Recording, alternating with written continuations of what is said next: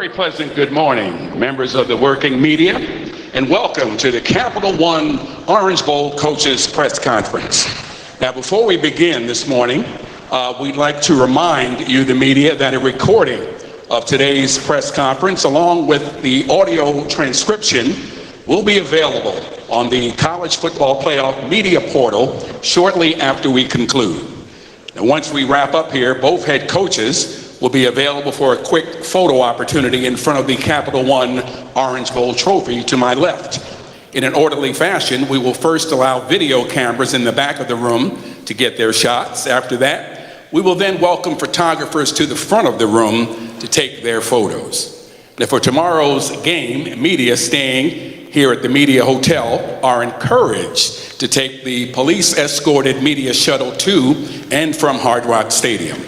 A bus schedule is available in the credential office, and if you plan on utilizing the media shuttle, please return your parking pass to the credential office. Following the game, a post-game breakfast buffet will be available here at the hotel until approximately midnight. And lastly, all credentialed media are encouraged to join us tonight for the annual Capital One Orange Bowl Casino Night Media Party, taking place right here in this room this evening from 7 until 10. And now let's begin. Florida State, the home team for this game, as the Atlantic Coast Conference representative, comes in with a record of 13 wins and 0 losses. Champions of the ACC, this is Florida State's 11th appearance in the Capital One Orange Bowl, third most all time. Georgia, the visiting team in this game, representing the Southeastern Conference, comes in with a record of 12 wins and 1 defeat, finishing first in the SEC East. The Bulldogs are making their 5th appearance here in the Capital One Orange Bowl and 2nd in the last 3 years. We will first welcome Florida State head coach Mike Norvell to say a few opening remarks, and then we'll hear from Coach Kirby Smart. Coach Norvell. Well, first off, just want to say thank you to the Orange Bowl and the Orange Bowl committee. The hospitality this week has been incredible. It's been a great bowl experience for our players. An opportunity to come to work, to enjoy the time together, and it's really been a special week. And just so grateful for everybody associated with the bowl and just the way they've treated our student athletes, our family, our friends. It's been a wonderful week. This has been a special season. It's been one that I'm proud of our team. I'm proud of the way that they have worked throughout the course of the year, the adversity that we faced, the way they've responded to it, everything building up to finish, as an undefeated conference champion was something that was truly special for us. Coming into this bowl game, have a tremendous opportunity. Some guys that will be getting, more work than what they've had throughout the course of the season, but they get their opportunity, they get their shot, and to be able to do it against a wonderful team in Georgia that's so very well coached, got great players, very talented, and it's going to be a great challenge for our team. But I can tell you, we're excited about the opportunity, and our guys have worked really hard. They've invested a lot, and it has been a special season for us on and off the field. And just so proud of our players and the way that they've represented Florida State University, and all of our players, past and present, by the way that they've played and continue to respond to all situations. So we're looking forward to tomorrow and the game that's ahead, but you're definitely proud of our guys for the work that they've invested. Thank you very much, Coach Norvell. Now, Coach Smart. Yeah, I would reiterate what Mike said. Every time I've ever come to the Orange Bowl, and I've been here multiple times, the Orange Bowl committee, the staff members, the people that host the hospitality room, the guys involved with our players, Eric Palms, the CEO, they do a tremendous job of making sure it's first class. Everybody likes coming down here because of the weather, the beaches, and all the beautiful things you get. So I know the energy for our players has been very enthusiastic. They've loved the work. They love being down here. About 20 or 30% of our team was in the same location 2 years ago. So when we got the practice facility, it was very comfortable. We knew where we were. We knew what we needed to do, and we got to work on that. I have a lot of respect for Mike and his staff. We've recruited more and more against them recently as they've returned to prominence, and having grown up where I grew up, 30 minutes from Tallahassee. I grew up watching Florida State play and went to a lot of their games. So I have a lot of respect, and I think it's great for college football when Florida State is always in the conversation. So his staff's done a tremendous job. They recruit in our state, we recruit in their state. Have a lot of respect for them, and looking forward to an outstanding game, an exciting game to go play in Hard Rock. Thank you very much, Coach Smart. And now we'll open it up for questions now for both coaches. So we ask that, again, you please raise your hand, be acknowledged. A microphone will be brought to you by our staff. Please state your name, affiliation, which coach you would like to answer your question, and we'll begin our questions right now. We have a question already. Tom D'Angelo, Palm Beach Post. For both coaches, what is the solution to what's happening in college football, especially in the month of December? The way the schedule is, you guys have so many things on your plate to pulling you all different directions with transfer portal, with recruiting high school, with bowl game preparations. Could each one of you just, what you think the solution is to all of this? I'll just jump off. I think it is a challenging time, in the month of December, and I think the NCAA has taken some positive, strides in a sense of creating the dead week, there after the final regular season game, but it's great for the teams that are not playing in a championship game, but when you do play in a championship game, it just kind of it pours gasoline onto all the issues of what you have to do, and the experiences for the student athlete, but also the coaching staff. For us, I'm sure it's very, very similar for Coach Smart and their staff. We went into Sunday after the championship game, and still seeing where you're going to play and what that's going to look like. You have a short meeting with the players, and then we were on the road recruiting, and that night, being in multiple home visits, it really, they didn't get a chance to sit down and really spend that much time with our players once that was done, because you're into the next part of what the calendar offers. You get into bowl season, transfer portal, all those things. It's hard for the players. It's challenging for the coaches. I think when you look at the time of the signing date, it really it forces a lot of decisions, at a rapid pace. But, I think as we continue to evaluate and look at it, we got to be careful on all changes. We're quick to make changes, and sometimes not always, even those coaches a lot of times will talk about the ripple effect of what will happen. I think we really got to continue to evaluate that, and before we make these, grand changes, that aware of the ripple effect of the calendar and really how it affects the student athlete, as well as just the benefit of programs and coaches, and efficiently and effectively being able to do the job to the best of our ability. Yeah, I don't know that I have a perfect solution. I don't think anybody does. But there's issues and problems, and I think the fallout of this is going to be a 5-10 year study when they look back, and kids are going to be graduating at less of a rate. Maybe that's not important. We got to decide if they're student athletes or not, because what we're seeing is decisions are being made less on student athletes and on where they need to go, and financial reasons with NIL and the portal mixed together. So there's a lot less decisions being made based on where a school starts, and you could push all this movement till January, but everybody's school starts at a different time. Does it matter that their school starts at a different time? I don't think many of the kids make their decision based on that. So when school starts in January, guys got to go decide where they're going. Signing the high school kids earlier and then going into the portal after signing the high school kids would certainly create a little less confusion instead of both going on simultaneous. You don't know what you have going in or out, and it's all happening at once. So I don't think anybody has a perfect solution, but certainly we're headed towards some tough times if it continues at this rate. Okay, to our right. Kirby, Zach Line, Channel 2 in Atlanta. Two-part question. Do you have a game status update for Brock? And then way down the road, when your grandkids ask you, what was it like, if this is his last game, what was it like coaching and his legacy at the University of Georgia?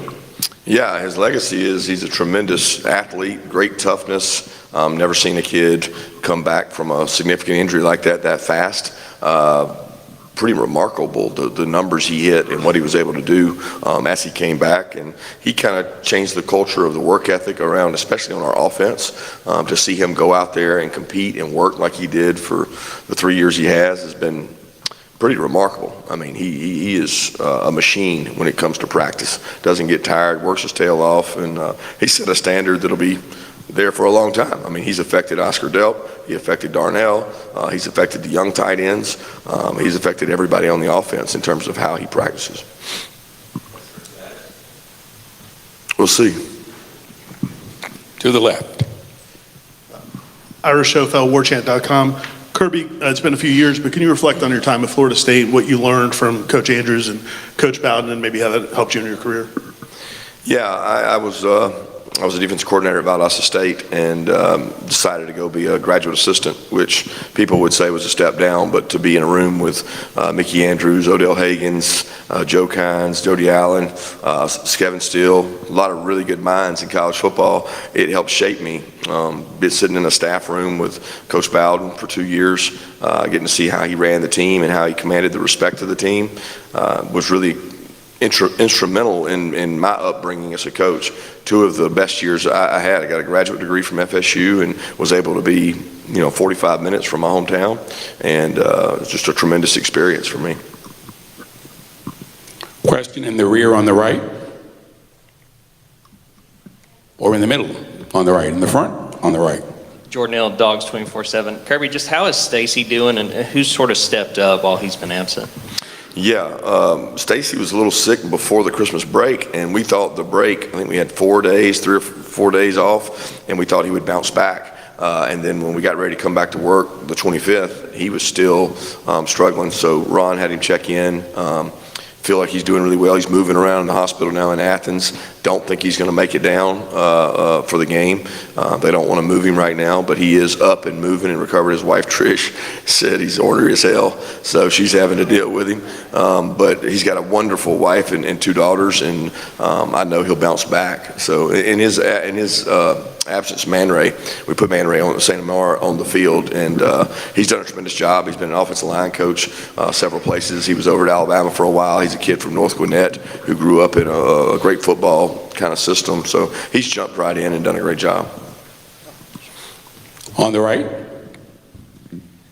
Will McBroom, WVFS Tallahassee. Coach Norvell, obviously a lot of veteran players are not going to be playing in this game. How is that, though, translated into the younger players who are getting their first shot in some cases at major action?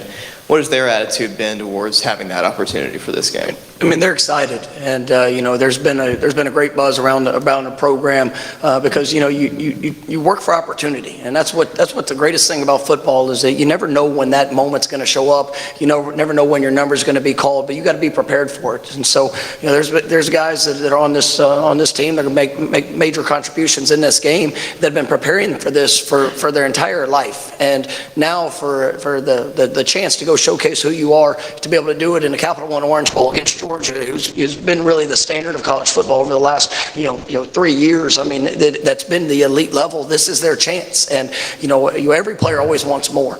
Well, you work, you build. Sometimes it might not be the instant gratification that you want, but you push yourself to put yourself in a position when that time comes that you are ready.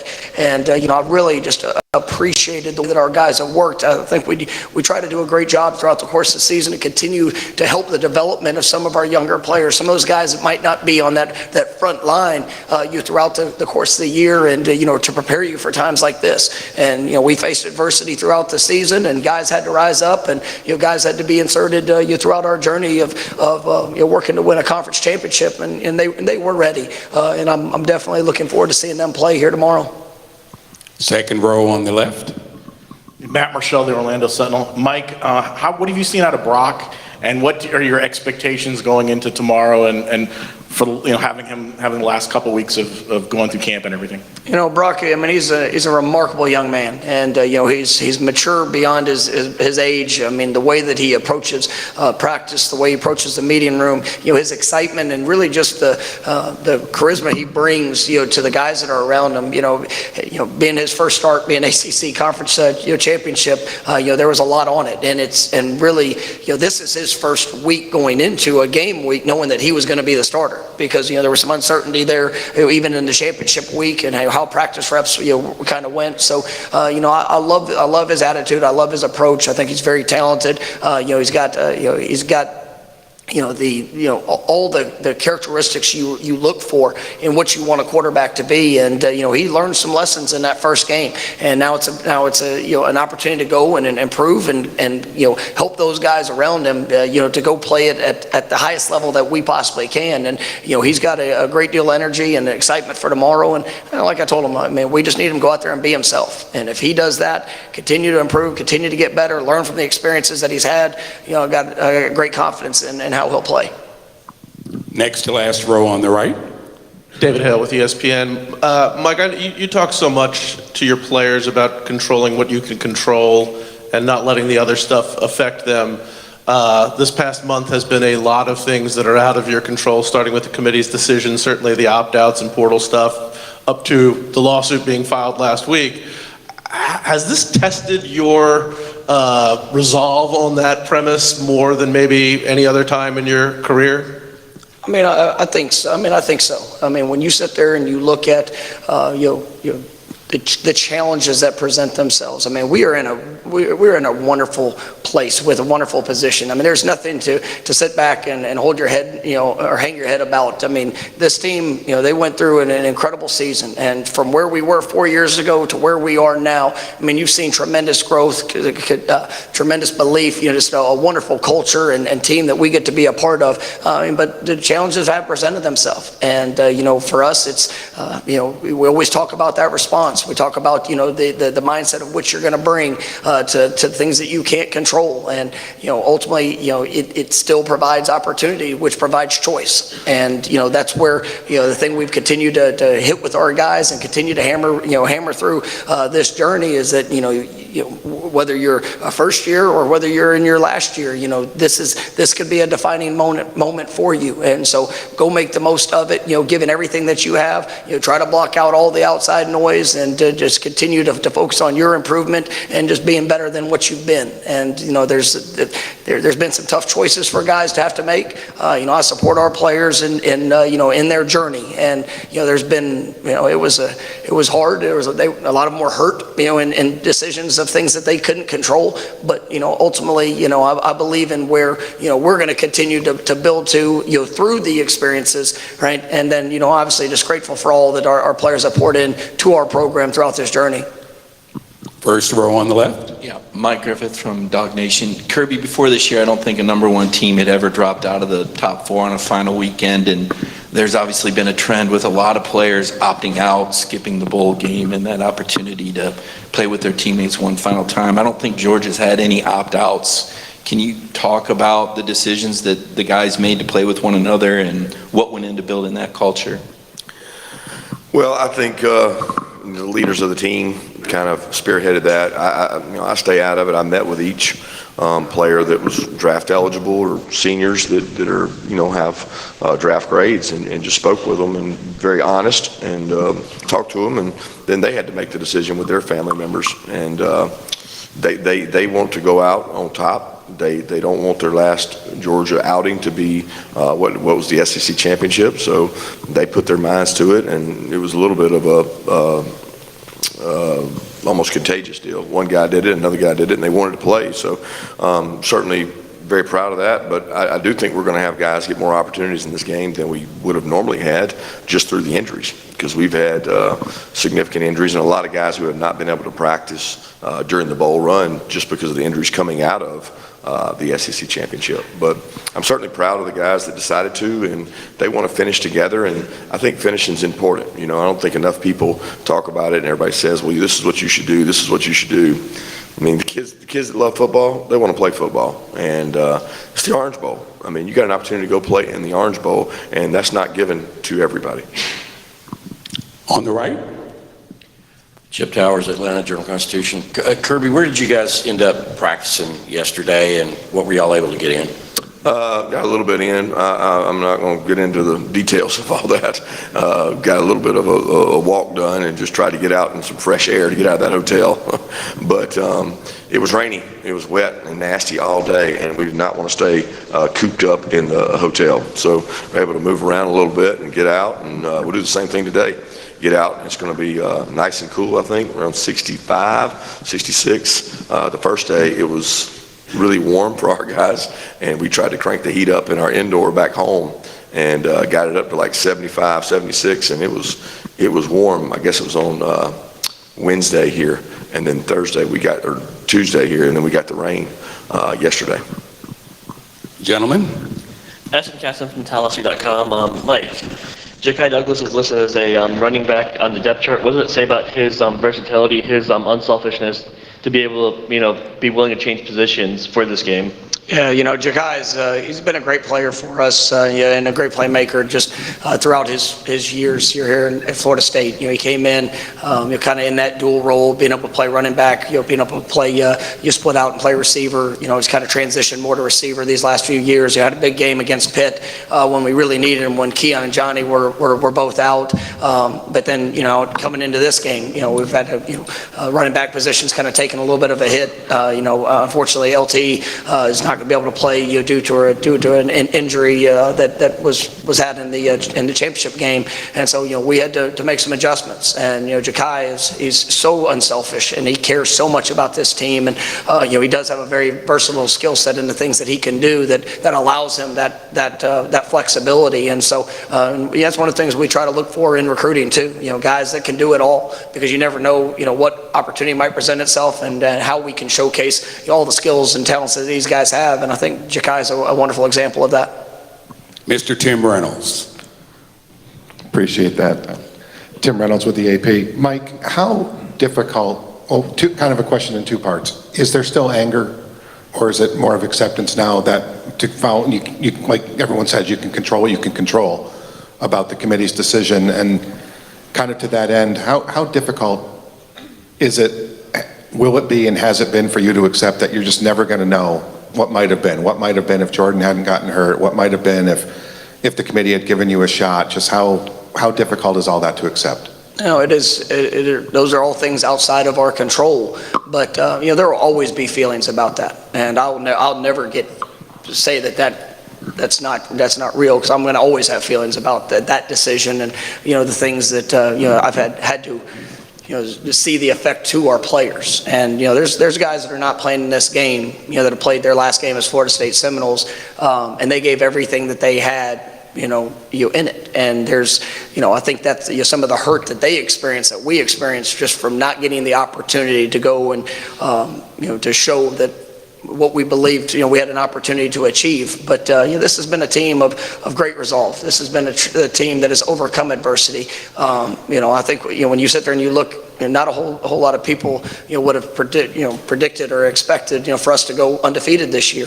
You lose Jordan, and you have to play one of our biggest rivals. To go and have our backup quarterback go down, and to go have to win a conference championship. And the way that was done, it was just from the response. And I think it showed the heart, showed the character, of our team, and what we've built within this program. And we're still at the beginning of where we're going. And there are great days ahead here in front of in front of this program, and but it still doesn't get it back for the guys that are playing in that they played in their last year here at Florida State, and that's what hurts. And ultimately, we're excited for opportunity, and it does have to go back to control the things you control. There's plenty of times in life, and I've told this to our team and to each of the players. There's going to be times in life where things don't go the right way or the way that you expected them to go, or maybe even what you've earned. You don't always receive the reward for that, but you do control the response and what you do with it, where you go, and the attitude which you bring. I mean, that's what's going to define the identity of what you have. So I know we're going to go out tomorrow. We're going to fight with everything that we have to go put our best on that field, and I'm excited we get to do it against a great opponent, a great staff that we get to compete against, and this is something that is going to continue to help push our program to ultimately where we're going to end up. In the rear. Questions for Coach Smart. Allison Posey, WCTV in Tallahassee. I want to go back to your time at Valdosta State. Just maybe favorite memory of being a Blazer, but also how did your time in South Georgia, growing up in Bainbridge, coaching at Valdosta State, shape you into who you are today? My favorite memory of Valdosta State would be beating Central Arc. I knew you were going to bring that up.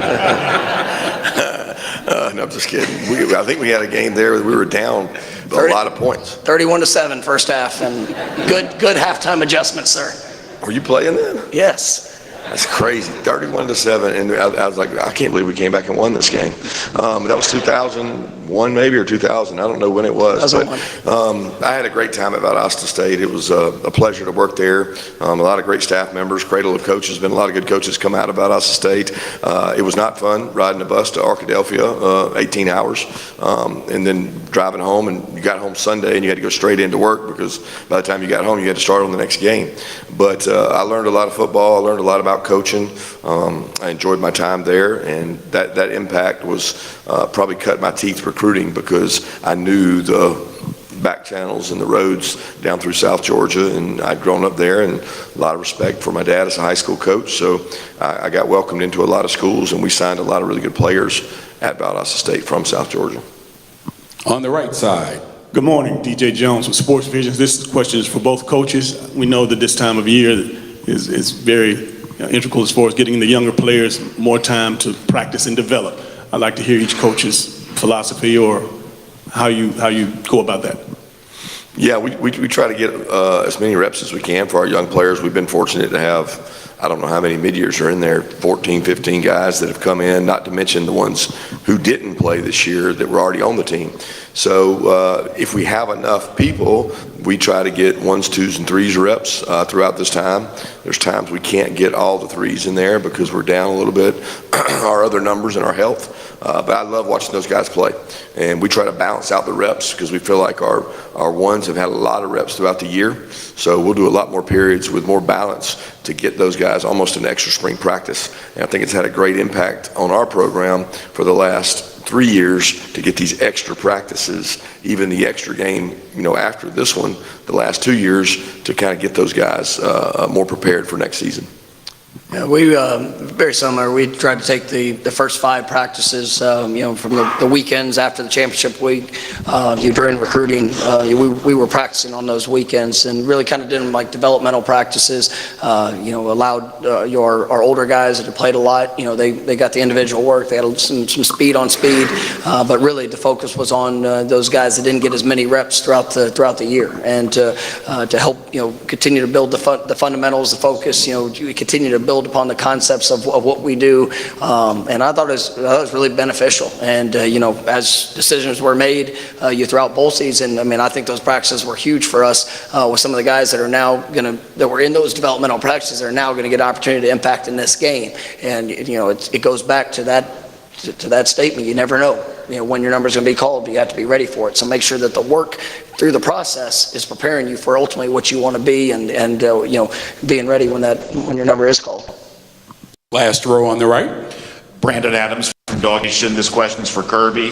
Georgia's a program that has a lot of rivals. Florida State historically not really been one of those. The two teams haven't played very much, but a lot of recruiting battles throughout the years. Being from Bainbridge, you kind of know the way fan base sort of intermingled down there, that both sides. With the expanded playoff coming up, the chance for more meetings in the future? Could you see this Georgia-Florida State rivalry perhaps grow a little bit, kind of reflecting what kind of typically goes on between the two programs, recruiting, maybe more battles on the field coming up in future years?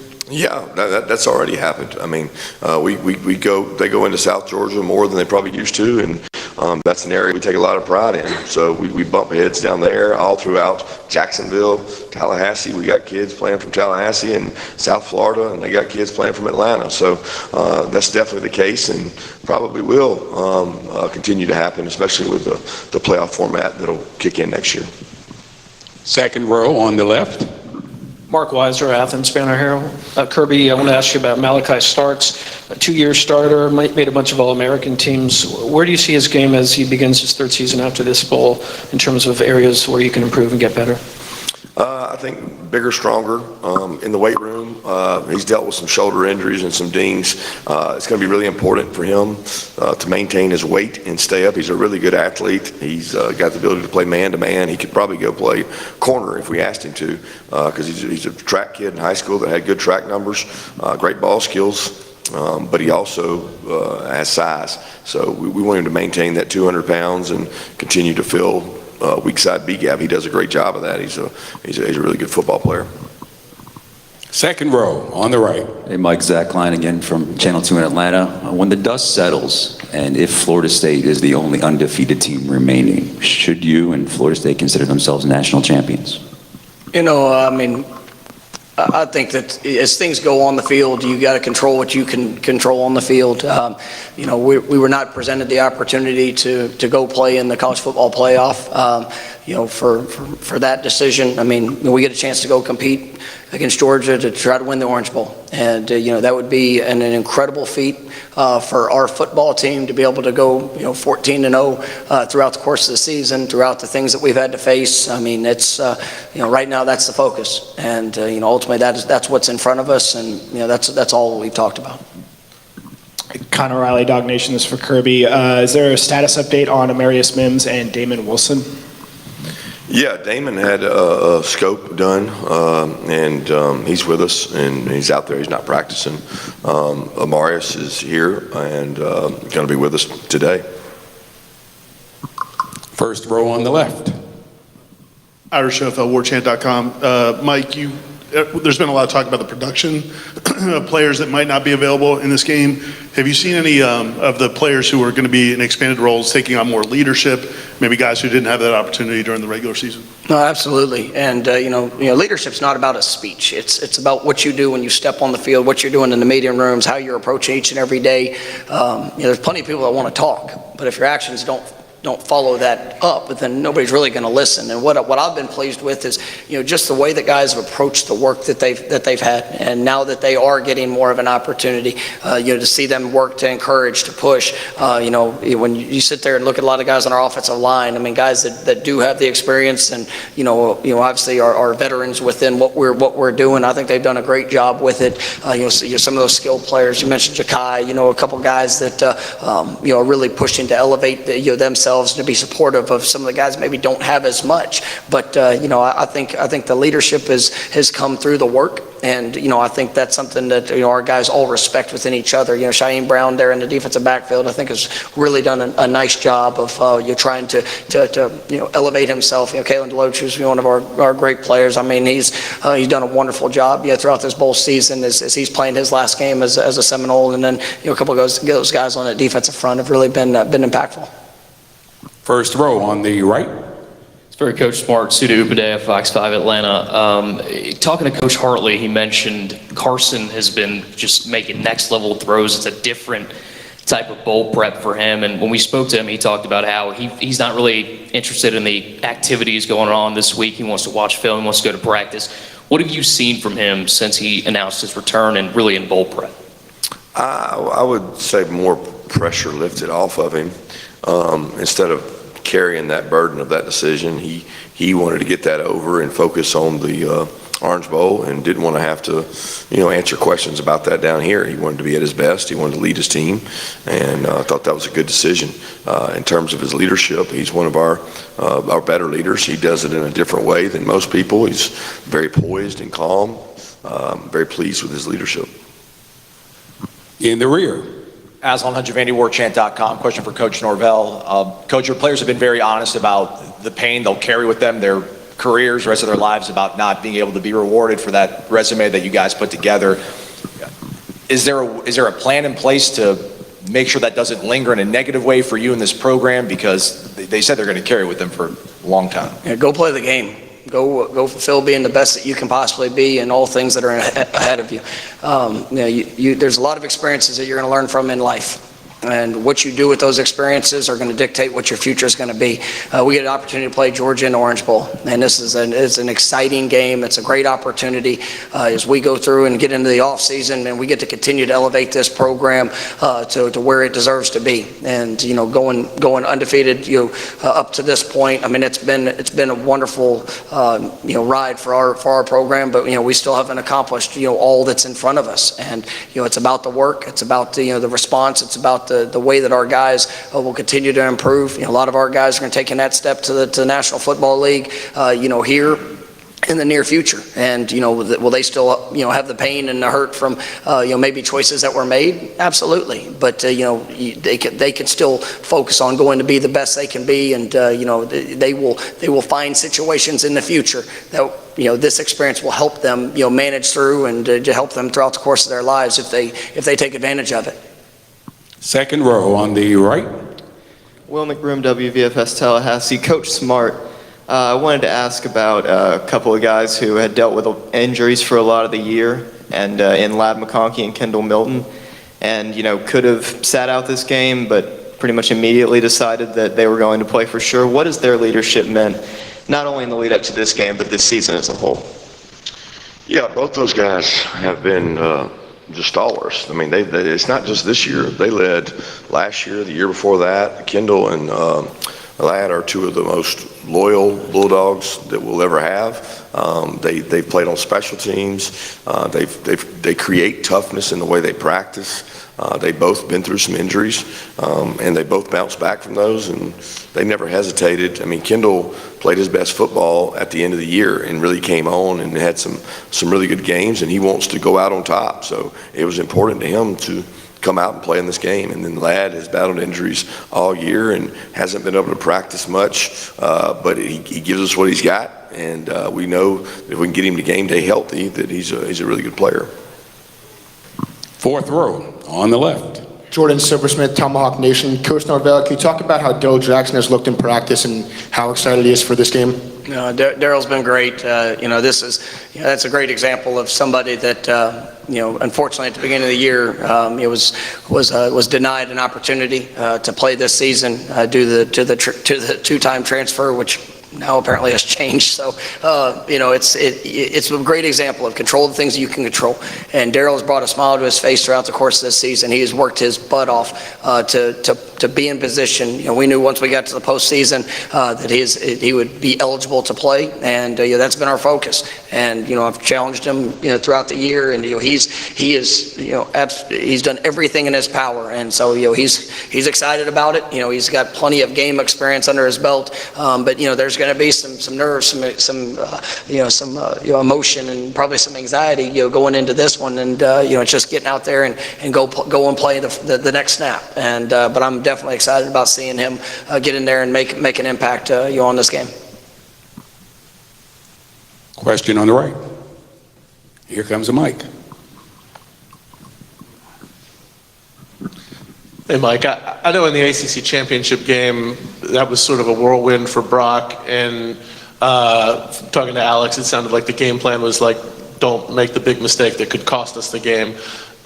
Sort of a two-part question here. One, knowing, if you knew then what you know now about how the committee was judging you, would you have approached that differently and tried for some style points? And two, given that you've had more time with him in this role, do you expect more of the offense to be on his shoulders in this one?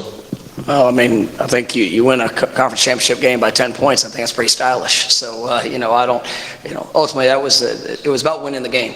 And, I thought our defense, we had a great plan, did a wonderful job. We knew we couldn't make the big mistake, couldn't give the extra possessions. And, I thought, Brock did a good job of managing, that throughout the course of the game. And, that was his first start. It was his first, meaningful, reps throughout a game, in that type of situation. So, he will be better from that. And, as we jump into this one, this is his first week that he's come into a game week knowing that he's the starter. And, we're able to plan things, accordingly to certain strengths that he has, and, get enough repetitions of the things that we expect to see, and then also some of the things that might be unexpected that we see. And so, that's the fun of this week for us. And, I'm definitely, like I said, Brock's, he's got great confidence, great belief, great emotion in what he brings and how he works, and just, the people that are around him, how supportive they've been. So we're definitely looking forward to seeing him compete. And Kirby, if I could follow up on that, how much do you prepare for the unexpected in a situation like this versus, you've got 13 games of tape on FSU that may or may not be particularly relevant to what you're doing right now?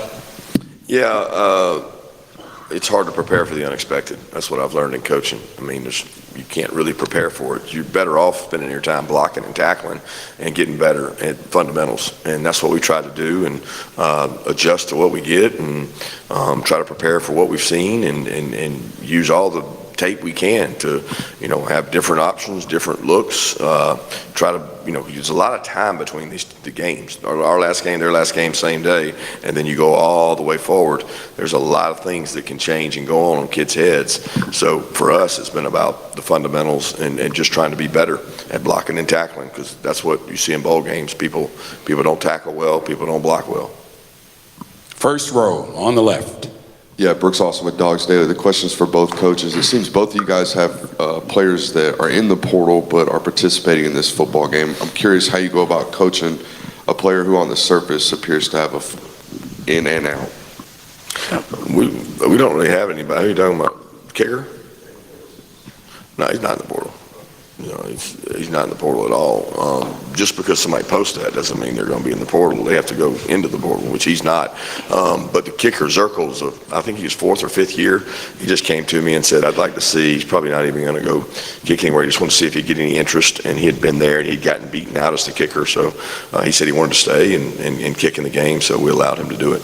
And we've had some guys that are graduated, Florida State, and looking at maybe different opportunities, and maybe more expanded role for their future. And the portal, and although you sit there and you can see it both ways. I mean, there's some things, there's some challenges that, of what it provides to all things with college athletics, but I mean, there are also some great parts of it with opportunity for guys. And so some guys came to me and expressed interest of trying to find maybe better situations for them, and they've done everything that we've asked them to do throughout this journey that they've been on. And so some of them might return to Florida State, some of them might not, and but they have an opportunity to go and compete and be with this team to finish out what they started. I'm grateful for.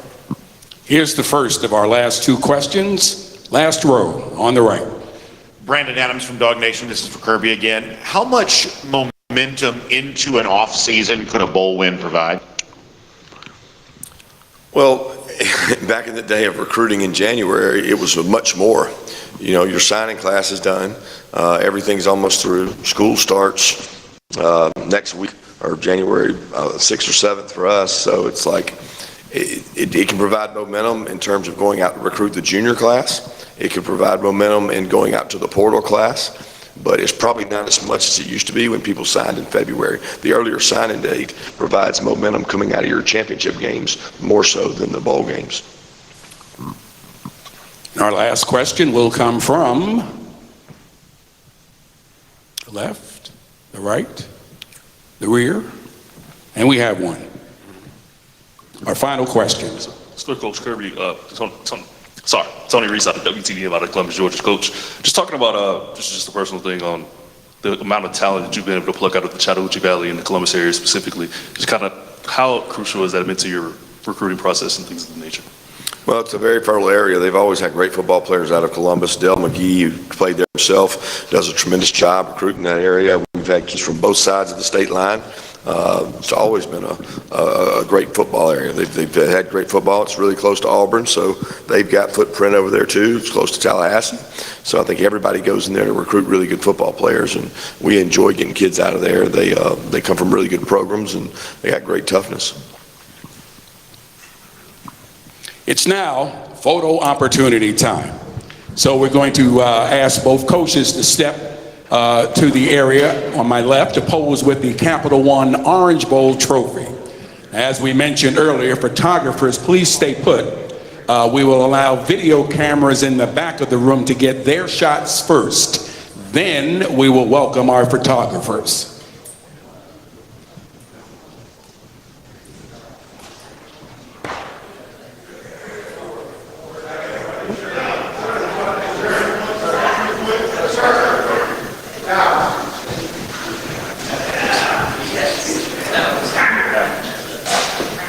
Everybody just shaking hands real quick for a second.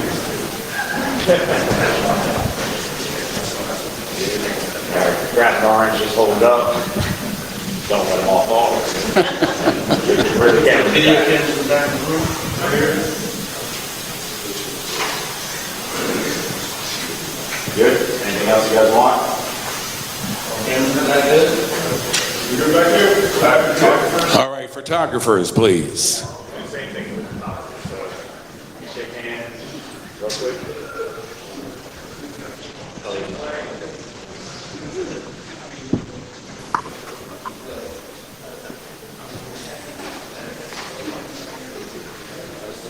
All right, you shake hands again.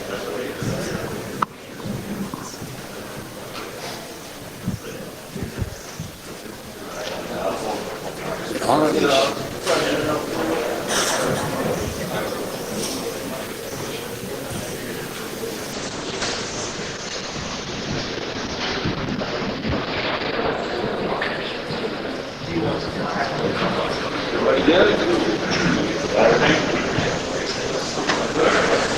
Outstanding. That will conclude today's press conference. Thank you, Coach Norvell and Coach Smart. And we'll see you media right here tonight for our media casino night party. Have a good day.